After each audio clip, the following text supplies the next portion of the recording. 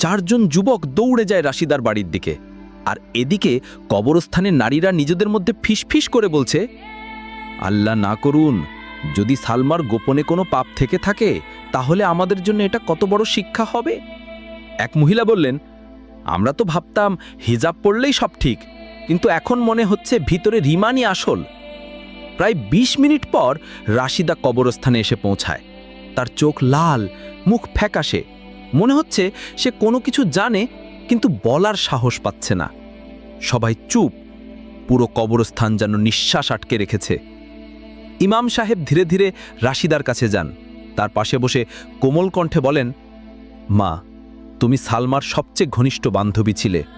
আজ আল্লাহর কসম দিয়ে বলি, যদি তুমি কিছু জানো সত্যটা বলো, তা না হলে হয়তো আল্লাহর এই গজব আমাদের সবার জন্য বাড়বে। রাশিদা থমকে যায়, তার চোখে